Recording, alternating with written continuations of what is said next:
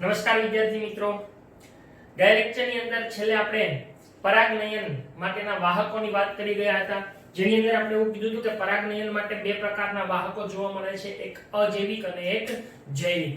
આપણે અજૈવિક વાહકો તરીકે પાણી અને પવન વિશે વાત કરી ગયા. આજના લેક્ચરની અંદર આપણે જોવાનું છે કે જૈવિક વાહકો, પરાગનયન માટેના જૈવિક વાહકો, જેને આપણે પ્રાણીઓ કહીએ છીએ એવા જૈવિક વાહકો, એની આજે આપણે ચર્ચા કરવાની છે. તો આજનો આપણો ટોપિક છે પરાગનયનના જૈવિક વાહકો.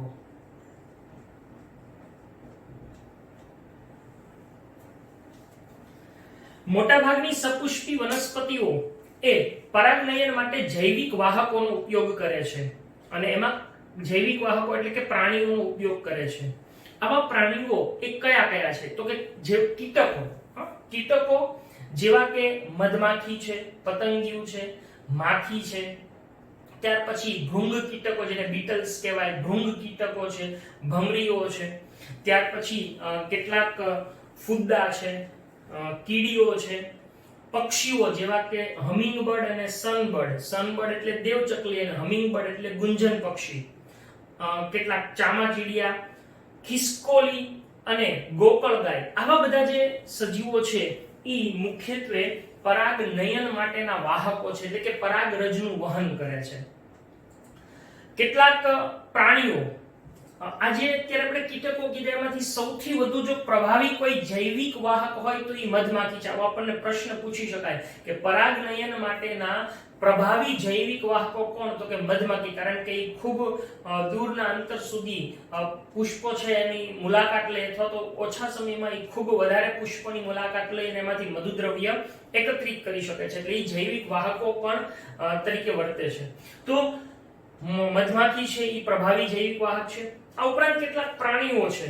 પ્રાણીઓની અંદર કેટલાક પ્રાઇમેટ્સ જેને આપણે કહીએ છીએ એવા લેમુર, પછી કેટલાક વૃક્ષારોહી, કારણ કે મોટાભાગે વૃક્ષારોહી હોય તો જ તે વૃક્ષની ઉપર એક જગ્યાએથી બીજી જગ્યાએ જાય ત્યારે પરાગરજ છે એનું વહન કરતા હોય. એટલે કે કેટલાક વૃક્ષારોહી, તીક્ષ્ણ દાંત ધરાવતા કોતરનારા પ્રાણીઓ, જેને એક શબ્દમાં વપરાય છે કર્તનશીલ પ્રાણીઓ. તો આવા કર્તનશીલ પ્રાણીઓ, કેટલાક સરીસૃપો જેવા કે ગેકો ગરોળી અને કાચીડો. સામાન્ય રીતે જેટલા પણ આ બધા આપણે ઉદાહરણો લઈએ છીએ એ મોટા ભાગે વૃક્ષ અથવા વનસ્પતિઓની સાથે એની નજીક રહેતા હોય અથવા એની ઉપર રહેતા હોય એવા જ સજીવો મોટા ભાગે અહીંયા વાહકો તરીકે વર્તતા હોય છે. ક્યારેક મનુષ્ય પણ એનો વાહક બની શકે છે, કારણ કે આપણે ક્યારેક બગીચામાં ગયા હોય અને કોઈ પુષ્પને અડીએ, બરાબર છે, અને પછી એ આપણા હાથ ઉપર પરાગરજ ચોંટી ગઈ હોય અને બીજા પુષ્પને જઈને આપણે કદાચ ફરીથી ટચ કરીએ તો ત્યાં જાય. એટલે આવા આકસ્મિક રીતે આપણે પણ ક્યારેક એના વાહકો બનતા હોઈએ છીએ. તો આવા જે પરાગરજ માટેના વાહકો છે પ્રાણીઓ, એના ઉદાહરણો આપણે યાદ રાખવાના છે. આપણને એવા પ્રશ્નો સ્વરૂપે પૂછાય કે નીચેનામાંથી કોણ જૈવિક વાહક છે અથવા જૈવિક વાહક નથી? પુષ્પો છે, વનસ્પતિઓ છે, એ ખાસ કરીને એના જે જુદા જુદા પ્રકારના પ્રાણીઓ છે એને અનુરૂપ પોતાના વિશિષ્ટ અનુકૂલનો છે એ વિકસાવતા હોય છે. આ ઉપરાંત આપણે જે ઉદાહરણો લીધા એ પૈકીના શીમળો અને કુંવારપાઠું, જેને આપણે એલોવેરા કહીએ છીએ, શીમળો અને કુંવારપાઠું જેવી વનસ્પતિઓ છે એમાં પરાગનયન છે એ પક્ષીઓ દ્વારા થતું હોય છે, જ્યારે કાઇજેલિયા નામની વનસ્પતિની અંદર પરાગનયન એ ચામાચીડિયા દ્વારા થાય છે. આ આપણે યાદ રાખવાનું છે. તો વનસ્પતિ છે એમાં પરાગનયન માટેના જૈવિક વાહકો, મોટા ભાગે સપુષ્પી વનસ્પતિ છે એ મોટા ભાગે કોનો ઉપયોગ કરે છે? પ્રાણીઓનો પરાગવાહકો તરીકે ઉપયોગ કરે છે. કયા કયા સજીવો છે? તો કે કીટકો જેવા કે મધમાખી, પતંગિયા, માખી, ત્યાર પછી ભૃંગ કીટકો, ભમરીઓ, કીડી, ફુદ્દા, બરાબર, ફુદ્દા, પછી ખાસ કરીને કેટલાક પક્ષીઓ જેવા કે સનબર્ડ અને હમિંગબર્ડ. સનબર્ડ એટલે દેવચકલી અને હમિંગબર્ડ એટલે ગુંજન પક્ષી. બરાબર, પક્ષીઓ. પછી ખિસકોલી, ગોકળગાય અને ચામાચીડિયા એ શું છે તો કે કેટલાક સામાન્ય વાહકો છે, પરાગનયન માટેના સામાન્ય વાહકો છે. એ પૈકી સૌથી પ્રભાવી જૈવિક વાહકો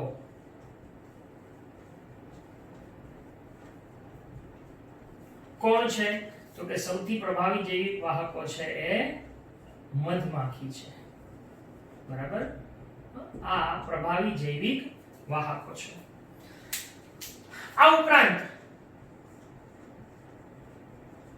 કેટલાક પ્રાણીઓ જેવા કે પ્રાઇમેટ્સ,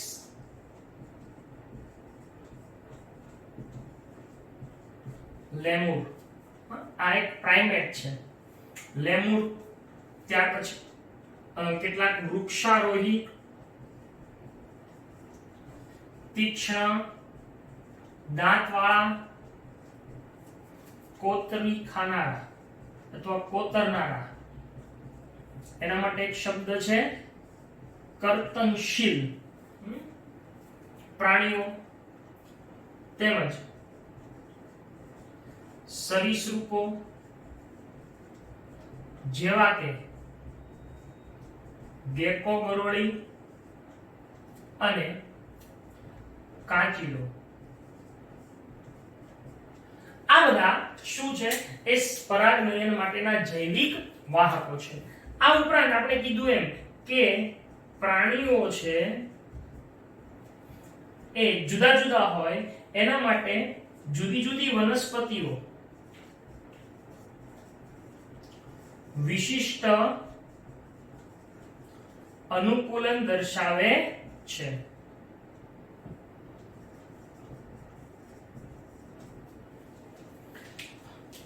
કેટલીક વધારાની માહિતી મેં અહીંયા લખેલી છે, યાદ રાખવાની છે.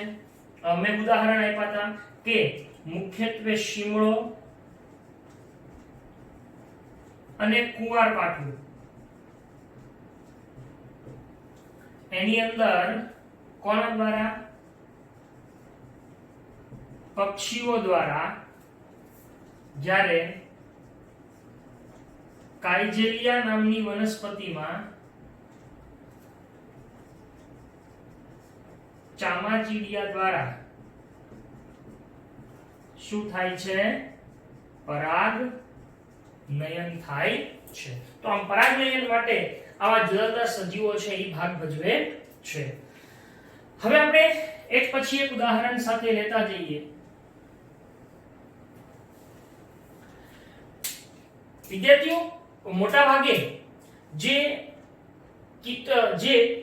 જૈવિક વાહકો જેનો ઉપયોગ જૈવિક વાહકોનો જે ઉપયોગ કરતી વનસ્પતિઓ હોય એ મોટા ભાગે એના પુષ્પો હોય ને ઈ કેવા હોય તો કે રંગબેરંગી હોય, કારણ કે એને કીટકોને કે પ્રાણીઓને આકર્ષવાના હોય. એટલે એક તો એ રંગબેરંગી હોય, બીજું સુગંધ અને મધુ દ્રવ્ય અથવા મધુરસ થી સમૃદ્ધ હોય છે, કારણ કે તો જ જે કીટકો કે જે આ વાહકો છે એની તરફ આકર્ષાય. એટલે જે કીટ પરાગિત વનસ્પતિઓ જેને આપણે કહી શકીએ, આવી મોટા ભાગની આવી વનસ્પતિઓ, કીટ પરાગિત વનસ્પતિઓના પુષ્પો એ રંગબેરંગી, સુગંધ ધરાવતા અને મધુ દ્રવ્યથી સમૃદ્ધ હોય છે. કેટલીક વનસ્પતિ છે એના પુષ્પો જ્યારે નાના હોય છે ત્યારે ઘણા બધા પુષ્પો ભેગા મળી અને એ એક પુષ્પ વિન્યાસ રચે છે, અને એ પુષ્પ વિન્યાસને કારણે વનસ્પતિ એકદમ આકર્ષક લાગે છે અને એના કારણે એના રંગ અને કે અથવા સુગંધથી કીટકો એના તરફ આકર્ષાય છે. સામાન્ય રીતે મધમાખીઓ અને ભૃંગ કીટકો એટલે કે માખીઓ અને ભૃંગ કીટકો છે એ જેના દ્વારા જેને પરાગિત કરે છે એટલે કે માખી અને ભૃંગ કીટકો દ્વારા પરાગિત વનસ્પતિઓ હોય એને આકર્ષવા માટે કેટલીકવાર દુર્ગંધ પણ સર્જતા હોય છે. આ ઉપરાંત કેટલીક વનસ્પતિઓ તો એના જે મુલાકાતીઓ છે, આ બધા એને મુલાકાતીઓ જ કહેવાય ને, બધા જે વાહકો છે, તો આવા મુલાકાતીઓને પોતે પુરસ્કાર આપે છે. પુષ્પ હોય એ આવા મુલાકાતીઓને પોતાનો પુરસ્કાર આપે પોતાની પાસેથી. કયા કયા પુરસ્કાર હોય તો કે કાં તો એનો મધુદ્રવ્ય એટલે કે જે એનો રસ છે ઈ, અથવા પરાગરજ એટલે કે મધુદ્રવ્ય અને પરાગરજ એના પુરસ્કાર છે. તો આવા જે સજીવો છે એને પુરસ્કાર સ્વરૂપે ઈ મધુદ્રવ્ય અને પરાગરજ છે ઈ આપે છે. આપણને ખબર છે મિત્રો, ઘણી વખત આપણે કેટલાક નાના બાળકો કોઈ આપણા સગા સંબંધીના હોય, આપણે પહેલી વખત એમને જોતા હોય તો એ આપણી પાસે ન આવે, પણ આપણે એને કદાચ એકાદી ચોકલેટ કે એવું કંઈક દેખાડીએ તો આપણી પાસે તરત આવે. એમ આ એક પુરસ્કાર છે. એમ આવા કીટકોને આકર્ષવા માટે પુષ્પ છે એ પોતે આવા પુરસ્કાર ઉત્પન્ન કરતા હોય છે, પુરસ્કાર આપતા હોય છે કે જેથી કીટકો એની વારંવાર મુલાકાત લે અને પરાગનયનની ક્રિયા છે એ થઈ શકે. એટલે મુખ્યત્વે આ અનુકૂલન છે એ કીટકોને આકર્ષવા માટેનું હોય છે. અહીંયા આગળ જે પરાગનયન માટે કીટકોને આકર્ષવા આ જે મધુદ્રવ્ય અથવા તો જે પરાગરજ હોય છે એની માટે શું હોય તો કે કેટલાક જે પ્રાણીઓ એની મુલાકાત લે ત્યારે પ્રાણીઓના શરીર ઉપર પરાગરજ છે એ ચોંટી જાય, કારણ કે આ પરાગરજ છે એ ચીકણી હોય તો જ એ વહનમાં મદદરૂપ થાય. જો આપણે એવું જોઈએ કે વાત પરાગિત હોય તો એ ચીકણી ન હોવી જોઈએ, હલકી હોવી જોઈએ, જ્યારે અહીંયા ચીકણી હોય છે કે જેથી એ સરળતાથી પ્રાણીના શરીર સાથે ચોંટી જાય. અને આ પ્રાણી છે એ જ્યારે પુષ્પથી બીજા પુષ્પ ઉપર જાય ત્યારે એ પરાગરજ છે એને બીજા પુષ્પના પરાગાસન ઉપર એને સ્થાનાંતરિત કરે છે અને પરાગનયનની ક્રિયા થતી હોય છે. તો આવી રીતે જે વાહકો છે, જૈવિક વાહકો, એના દ્વારા પરાગનયનની ક્રિયા થતી હોય છે. હજી પણ આગળ આમાં કેટલીક વાત છે એ પણ આપણે જોઈએ, પણ પહેલા જેટલી ચર્ચા કરી એને આપણે એક એક મુદ્દાથી લખતા જઈએ. કે મોટા ભાગે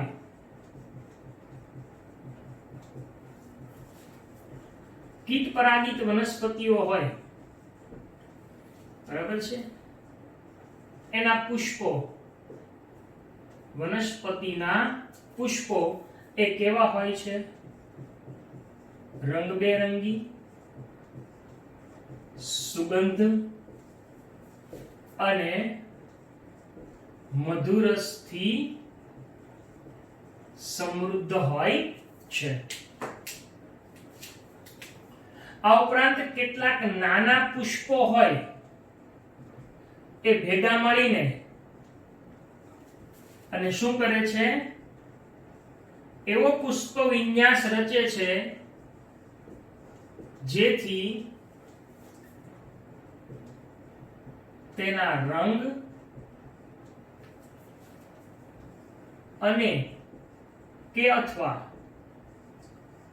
સુગંધથી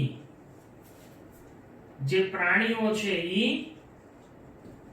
આકર્ષાય અને તેની મુલાકાત લેવા જાય. નેક્સ્ટ, માખી અને ભૃંગ કીટક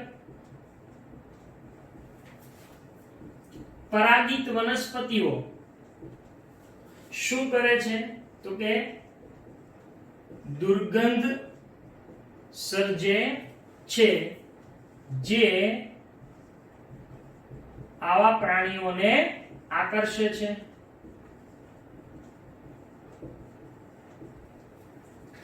આ ઉપરાંત કેટલાક પુષ્પો છે એ ઘણીવાર તેના મુલાકાતીઓને શું આપે છે? પુરસ્કાર આપે છે. અચ્છા, આ પુરસ્કાર કયા સ્વરૂપમાં હોય છે તો કે પુરસ્કાર કાં તો મધુદ્રવ્યના સ્વરૂપમાં, જેને અંગ્રેજીમાં નેક્ટર કહેવાય, અને પરાગરજ, પોલેન ગ્રેન, આવા પુરસ્કાર આપે છે જેથી પ્રાણીઓ છે એ વારંવાર મુલાકાત લેવા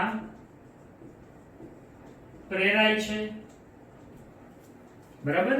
તો આવા જુદા જુદા તુક્કાઓ દ્વારા એ કીટકોને આકર્ષવાનો પ્રયત્ન કરે છે.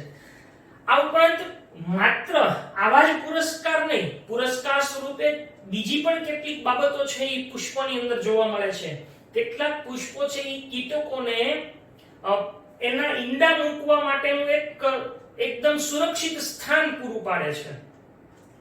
તો અહીંયા આગળ બીજી રીતે પુરસ્કાર છે એ કોના સ્વરૂપમાં છે? તો કે ઈંડા મૂકવા માટેનું સુરક્ષિત સ્થાન પૂરું પાડે છે. ઉદાહરણ તરીકે સુરણ છે. સુરણ છે ને એનું પુષ્પ એ 6 ફૂટની ઊંચાઈ ધરાવે છે અને ઈ માખી દ્વારા પરાગિત થતું હોય છે. તો આમ આવી રીતે કેટલીક વખત વનસ્પતિઓના જે પુષ્પો હોય ઈ કેટલાક કીટકોને એના ઈંડાને સુરક્ષિત રાખવા માટેનું સ્થાન આપે છે. બીજો એક આંતર સંબંધ છે કે યુક્કા નામની વનસ્પતિ અને ફુદા. આ ફુદા અને યુક્કા નામની વનસ્પતિ વચ્ચે ખૂબ ગાઢ આંતર સંબંધ જોવા મળે છે. આવો પ્રશ્ન પૂછાય છે વારંવાર કે કયા સજીવો વચ્ચે એવો આંતર સંબંધ છે કે જેથી એ બે એકબીજા વગર પોતાનું જીવન ચક્ર પૂરું ન કરી શકે? તો એમાં જવાબ આવે છે યુક્કા અને ફુદા. એમાં શું હોય તો કે ફુદા હોય ને ઈ પોતે યુક્કાનું જે બીજાશય હોય એનું પોલાણ હોય એમાં ઈંડા મૂકે અને યુક્કા છે ઈ આ ફુદા એની ઉપર બેસે ત્યારે એના દ્વારા પરાગિત થાય. એટલે આમ જો યુક્કા છે ઈ ફુદા દ્વારા પરાગિત થાય અને યુક્કા છે ઈ ફુદાને શું કરે? ઈંડા મૂકવાનું સ્થાન આપે. આમ બંને એકબીજા સાથે આવો તાલમેલ દર્શાવે છે અને બંને એકબીજા વગર પોતાનું જીવન ચક્ર પૂર્ણ કરી શકતા નથી. હવે શું થાય તો કે હવે જે બીજાશયની અંદર ઈંડા મુકાયેલા છે એ બીજાશયમાંથી જ્યારે બીજ છે એનું નિર્માણ થાય, આપણે જોઈએ હતા કે અંડક છે એ બીજમાં રૂપાંતરિત થાય. તો અંડક છે એ જ્યારે બીજમાં રૂપાંતરિત થાય એટલે કે બીજનો વિકાસ થાય ત્યારે ઈંડું હોય એમાંથી ડીંભ, બરાબર છે, ડીંભ અથવા ઈયળ છે ઈ ઈંડામાંથી બહાર નીકળે છે અને આમ આવી રીતે એનું જીવન ચક્ર છે એ શરૂઆત થાય છે. એટલે આ રીતે એનું જીવન ચક્ર ચાલ્યા કરે છે. તો આવી રીતે વનસ્પતિઓ એ આવા કેટલાક કીટકો સાથે આવો આંતર સંબંધ પણ ધરાવે છે. એટલે અહીંયા લખીએ કે પુરસ્કાર સ્વરૂપે ઘણીવાર ઈંડા મૂકવાનું સુરક્ષિત સ્થાન પણ પૂરું પાડવામાં આવે છે. એનું ઉદાહરણ શું છે? સુરણનું પુષ્પ કેટલા ફૂટ ઊંચું હોય? 6 ફૂટ ઊંચાઈ ધરાવે છે, જે માખી દ્વારા પરાગિત થાય છે. એવો જ બીજો યુક્કા નામની વનસ્પતિ. આ શું છે? વનસ્પતિ. અને ફુદ્દા વચ્ચેનો એક આંતર સંબંધ જોવા મળે છે. ઓકે, હવે એની અંદર શું થાય તો કે યુક્કા અને ફુદ્દા વચ્ચે જે આંતર સંબંધ જોવા મળે છે એમાં મુખ્યત્વે યુક્કા છે એના બીજાશયના પોલાણમાં ફુદ્દા છે ઈ પોતાના ઈંડા મૂકે છે. જ્યારે ફુદ્દા વડે યુક્કા પરાગિત થાય છે. આમ બંને એકબીજા સાથે આવો આંતર સંબંધ ધરાવે છે અને બંને એકબીજા વગર જીવન ચક્ર પૂર્ણ કરી શકતા નથી. બીજું કે જ્યારે બીજનો વિકાસ શરૂ થાય, ત્યારે શું થાય છે તો કે ત્યારે ઈંડામાંથી ડીંભ કે ઈયળ છે ઈ બહાર નીકળે છે, બહાર આવે છે. તો આવી રીતે જૈવિક વાહકો એ જુદી જુદી રીતે વનસ્પતિઓને પરાગિત કરી અને પરાગનયન અને ત્યાર પછી પશ્ચફલન ઘટનાઓ, ફલન અને પશ્ચફલન ઘટનાઓ છે એને આગળ વધારતા હોય છે. અહીંયા આગળ આપણને એક પ્રવૃત્તિના સ્વરૂપમાં ચર્ચા આપી છે કે આપણી આજુબાજુ ઘણી બધી વનસ્પતિઓ છે, એમાં કેટલા બધા નામ આપ્યા છે, કાકડી છે, પપૈયું છે, કોથમીર, ટમેટા, ગુલાબ, તમાકુ, કપાસ, બરાબર, આવા ઘણા બધા જે છોડ હોય, ઘણી બધી વનસ્પતિઓ હોય, એની મુલાકાત લેતા જે સજીવો હોય એને તમારે નિહાળવાના છે, ઓબ્ઝર્વ કરવાના છે, અને શું એમના દ્વારા પરાગનયન થાય છે કે નહીં એ તમારે જોવાનું છે. બીજું એ આપ્યું છે કે કેટલીક વાર કેટલાક સમય દરમિયાન, ચોક્કસ સમય દરમિયાન, દિવસના ચોક્કસ સમયગાળા દરમિયાન જ કેટલાક સજીવો છે એ પુષ્પોની મુલાકાત લેતા હોય છે, તો એને ઓબ્ઝર્વ કરો. પછી શું કે દરેક મુલાકાતીઓ છે એ પરાગનયનમાં મદદરૂપ થાય જ છે, અથવા તો જ્યારે મુલાકાત લે છે ત્યારે પરાગનયન થતું હોય છે કે નહીં એ પણ ચકાસવામાં આવે. ઘણી વખત એવું પણ બને છે કે કેટલાક જે મુલાકાતીઓ હોય એ પરાગનયનમાં મદદ ન કરે, પણ આવડો આ જે પુરસ્કાર હોય ને મધુદ્રવ્ય અને પરાગરજ ઈ લઈ જાય, પરાગનયનમાં મદદરૂપ ન થાય, તો એવા જે કીટકો કે મુલાકાતીઓ છે એને શું કહેવાય છે? તો કે એવા મુલાકાતીઓને મધુદ્રવ્ય અને પરાગરજના લૂંટારુઓ કહેવાય. એને લૂંટી જાય, મીન્સ કે પરાગનયનમાં ભાગ ન ભજવે પણ આવું બધું લઈ જાય છે. તો આ રીતે આપણે એવું અવલોકન કરવાનું છે. એવું પણ લખેલું છે કે તમે કદાચ તમને ઈ ખબર ના પડે કે આના દ્વારા પરાગિત થાય કે નહીં, પરંતુ જે તમે પ્રોસેસમાંથી પસાર થાઓ એનો તમને ખરેખર આનંદ આવશે. તો આવી પ્રવૃત્તિ છે ઈ કરી શકાય છે. તો અહીંયા આગળ આપણે જૈવિક વાહકોની વાત છે ઈ પૂરી કરીએ છીએ. હવે પછીનો જે ટોપિક છે બાહ્ય સંવર્ધન પ્રયુક્તિઓ. તો આપણે હવે જોઈએ બાહ્ય સંવર્ધન પ્રયુક્તિઓ.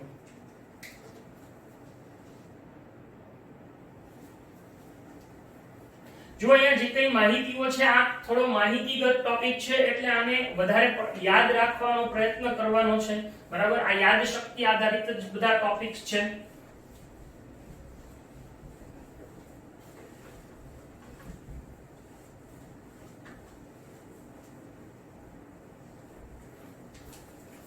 હવેનો જે ટોપિક છે એ બાહ્ય સંવર્ધન પ્રયુક્તિઓ.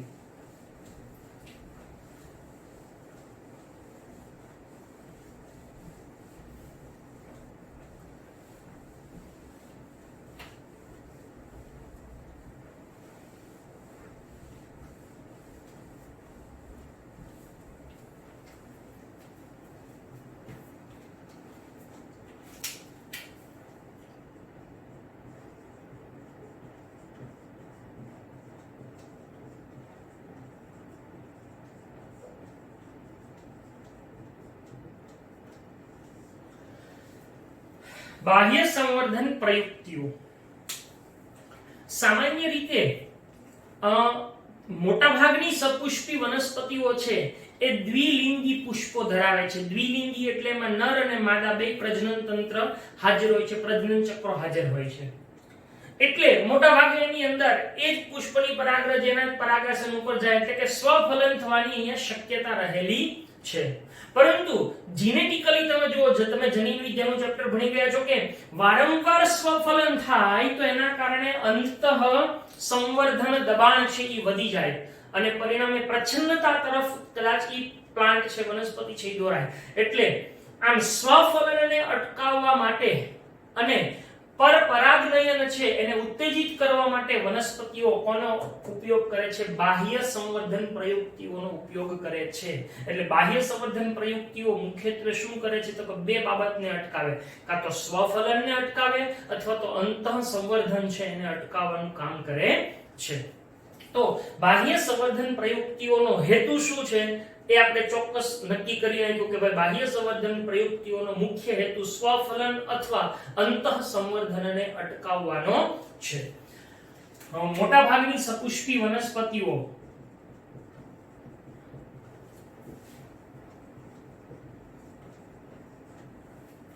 એ કેવા પુષ્પો? દ્વિલિંગી પુષ્પો ધરાવે છે અથવા ઉત્પન્ન કરે છે.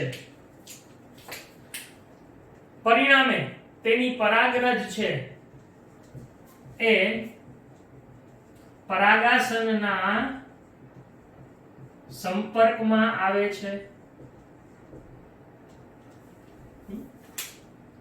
નેક્સ્ટ, જેના પરિણામે અંતઃ સંવર્ધન દબાણ શું થાય છે? અંતઃ સંવર્ધન દબાણ છે ઈ વધે છે. આથી સ્વફલનને અવરોધવા અને પરપરાગનયનને ઉત્તેજવા વનસ્પતિ શું દર્શાવે છે? બાહ્ય સંવર્ધન પ્રયુક્તિ અજમાવે છે. શું અજમાવે છે? બાહ્ય સંવર્ધન પ્રયુક્તિ અજમાવે છે.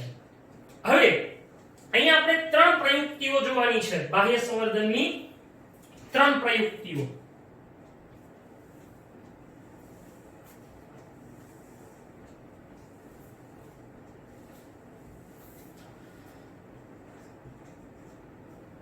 પ્રયુક્તિ નંબર 1,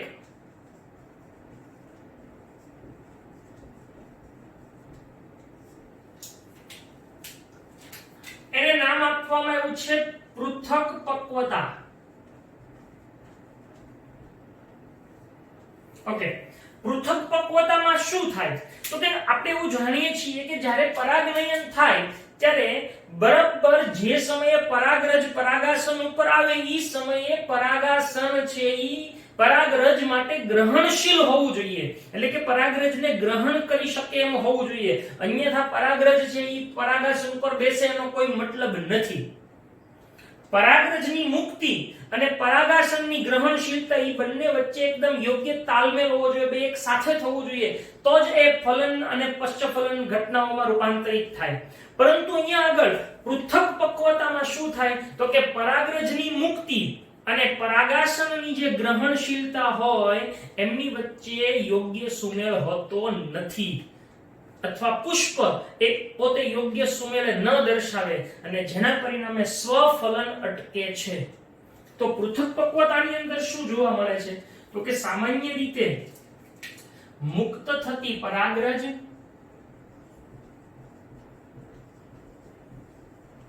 અને પરાગાસનની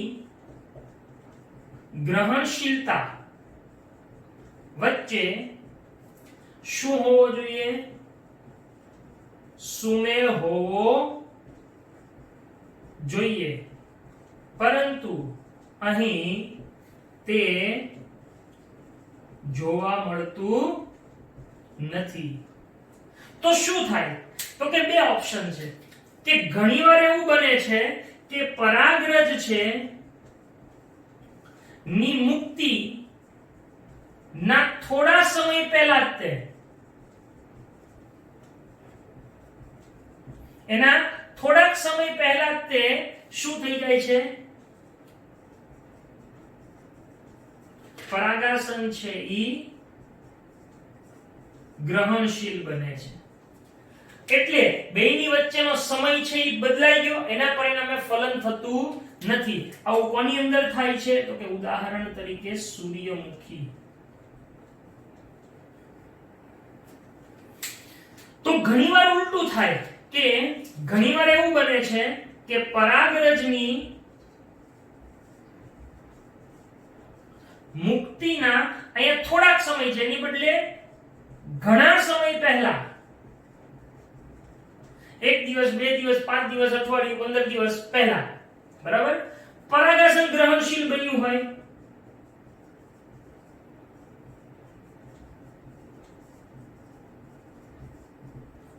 એટલે પરિણામે ફલન પશ્ચફલન અને ફલન ઘટના થઈ શકતી નથી. ઉદાહરણ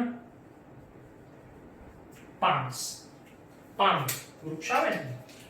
તો આમ આ બંને બાબતો દર્શાવે છે પૃથક પક્વતા, અને આ શું અટકાવે છે? સ્વફલન અટકાવે છે. કે ભાઈ બે બાજુમાં જ છે, પરાગાશય અને પરાગાસન, પણ ઓલી પરાગરજ ઉત્પન્ન થાય પડે ત્યારે બરાબર પરાગાસન ગ્રહણશીલ ન હોય એટલે પરાગરજ પડે પણ આગળ ફલન થાય નહીં. એટલે સ્વફલન અટકી જાય છે. તો આમ આ પ્રથમ પ્રયુક્તિની અંદર પૃથક પક્વત્વ દ્વારા સ્વફલન અટકાવવામાં આવે છે. બીજી પ્રયુક્તિમાં શું હોય તો કે બીજી પ્રયુક્તિની અંદર તો બહુ સરસ મજાની વાત છે કે પરાગાસન અને પરાગાશય એ અલગ અલગ ઊંચાઈએ જોવા મળે છે. સ્વાભાવિક રીતે આપણે કેવું જોઈ ગયા હતા કે ભાઈ આ પરાગાસન છે, આ પરાગવાહિની છે અને આ બીજાશય છે. સામાન્ય રીતે વનસ્પતિઓની અંદર કેવું જોવા મળે કે પુકેસરની જે પુકેસર છે એના પરાગાશય અહીંયા પરાગાસનથી ઉપર હોય, પણ અહીંયા જે બીજી પ્રયુક્તિ જોવાની છે એમાં કેવું હશે ખબર છે કે આ પરાગાસન છે,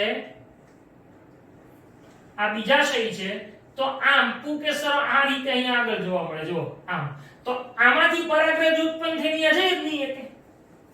એટલે હા, અહીંયા આગળ એક વસ્તુ છે કે સ્વફલન અટકશે પણ ગેઇટેનોગેમી નહીં અટકે, કારણ કે ગેઇટેનોગેમી તો થશે ને. ગેઇટેનોગેમી એટલે ખબર જ ને? હા, કે આ પુષ્પની પરાગરજ ઈ જ વનસ્પતિના બીજા પુષ્પના પરાગાસન ઉપર જઈ શકશે, કારણ કે અહીંથી ઉડીને બીજે નીચે જઈ શકે, આની નાની ઉપર જઈ શકે નહીં. એટલે અહીંયા બીજી પ્રયુક્તિમાં યાદ રાખજો સ્વફલન છે ઈ અટકે પણ ગેઇટેનોગેમી અટકતું નથી. તો બીજી પ્રયુક્તિની અંદર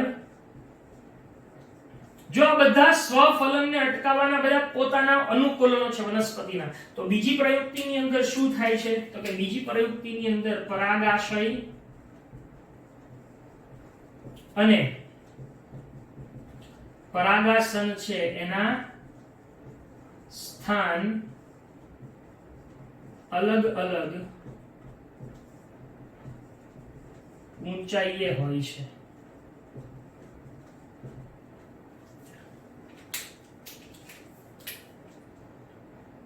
ઉદાહરણ તરીકે પ્રિમ્યુલા નામની વનસ્પતિમાં એવું થાય. હા, અહીંયા એક નોંધવા જેવી વાત ઈ છે કે અહીં શું અટકાવી શકાય? સ્વફલન અટકે પરંતુ ગેઇટેનોગેમી નહીં. આવું આપણને આશ્ચર્ય ચિહ્ન આપ્યું છે. સ્વફલન અટકે પણ ગેઇટેનોગેમી અટકતી નથી. તો આવી રીતે અહીંયા આગળ બંનેના સ્થાનમાં ફેરફાર હોય છે. ત્રીજી અને છેલ્લી પ્રયુક્તિ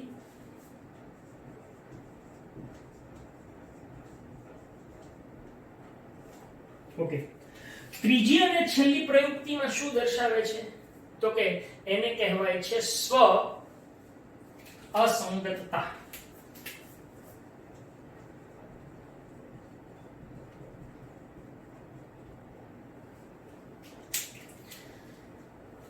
એનું ઉદાહરણ છે માલવા.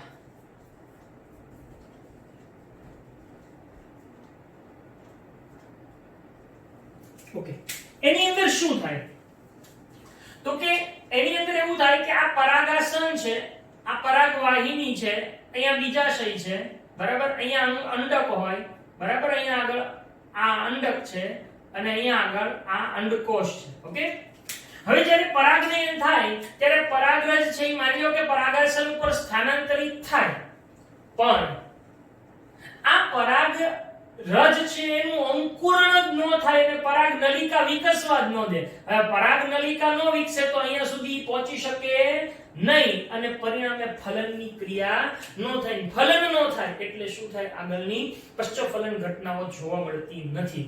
તો આ એક જનીનિક પ્રયુક્તિ છે, ખાસ યાદ રાખજો. આમાં એક જનીનિક ક્રિયાવિધિ છે એ સંકળાયેલી છે કે જે આ પોતાનું જ પુષ્પ છે એ પરાગરજને શું નથી થવા દેતી? અંકુરિત થવા દેતી નથી, જેને સ્વ અસંગતતા કહેવાય છે. પોતાની પરાગરજને અંકુરિત ન થવા દે તો સ્વ અસંગતતાને પરિણામે શું થાય છે તો કે સ્વફલન અને ખાસ કરીને તો અહીંયા અંતઃ જો હવે અહીંયા ખાસ આપણને પ્રશ્નમાં પૂછાય છે કે આ બે પ્રયુક્તિઓ છે ને ઈ કોને અવરોધે છે? સ્વફલન અથવા સ્વપરાગનયન ને અવરોધે છે. જ્યારે સ્વ અસંગતતામાં શું થાય તો કે પરાગરજ છે એ પરાગાસન પર અંકુરણ પામી શકતી નથી, પરિણામે ફલન થતું નથી, બરાબર. આમ ફલન છે એ અટકાવવાની ક્રિયા થાય છે. આ એક કેવી ક્રિયાવિધિ છે? જનીનિક ક્રિયાવિધિ છે. હા, એટલે અહીંયા આગળ તો સ્વફલન અને ગેઇટેનોગેમી બે અટકે છે. હા, ખાસ યાદ રાખજો. અહીં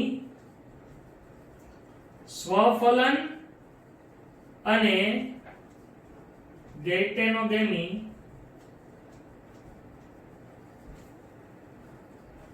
બંને અટકે છે. આ ઉપરાંત આના પુષ્પો છે એ પણ કેટલીક પ્રયુક્તિઓ અપનાવે છે. આપણે અગાઉ ભણી ગયા છીએ એક સદની અને દ્વિસદની વનસ્પતિઓ. તો એક સદની વનસ્પતિઓ હોય એ શું હોય? તો કે એક જ વનસ્પતિ ઉપર નર અને માદા પુષ્પો જોવા મળે, જેમ કે મકાઈ અને દિવેલાની અંદર એવું જોવા મળે છે. તો દ્વિસદની વનસ્પતિઓ કોને કહેવાય છે? તો કે દ્વિસદની વનસ્પતિઓ છે એ મુખ્યત્વે અલગ અલગ પુષ્પો ધરાવતી હોય છે. તો આમ દ્વિસદની અને એકસદની વનસ્પતિઓ દ્વારા પણ શું થાય છે? આ પ્રયુક્તિઓ આપણને જોવા મળે છે. એટલે એકસદની વનસ્પતિઓ અને દ્વિસદની વનસ્પતિઓ. ઓકે, એક સદની વનસ્પતિ ઉદાહરણ છે દિવેલા અને મકાઈ, અને આનું ઉદાહરણ છે પપૈયું, બરાબર છે. તો આમ આ રીતે શું થઈ શકે છે? તો કે બાહ્ય સંવર્ધન પ્રયુક્તિઓ જોવા મળે છે. તો આવી ત્રણ પ્રયુક્તિઓ કે જે કાં તો સ્વફલનને અટકાવે અથવા તો સ્વફલન અને ગેઇટેનોગેમી બંનેને અટકાવે. અને અહીંયા આગળ મુખ્યત્વે આ છે ને ઈ કોને અટકાવે છે? ખાસ યાદ રાખજો, આ છે ઈ અંતઃસંવર્ધન અટકાવે છે, બરાબર. આ અંતઃસંવર્ધન અટકાવે છે. તો આ રીતે બાહ્ય સંવર્ધન પ્રયુક્તિઓ છે એ થતી જોવા મળે છે. બાકીની ચર્ચા આપણે આવતા લેક્ચરથી કરશું. આજના લેક્ચરમાં અહીંયા સુધી રાખીએ છીએ. Thank you.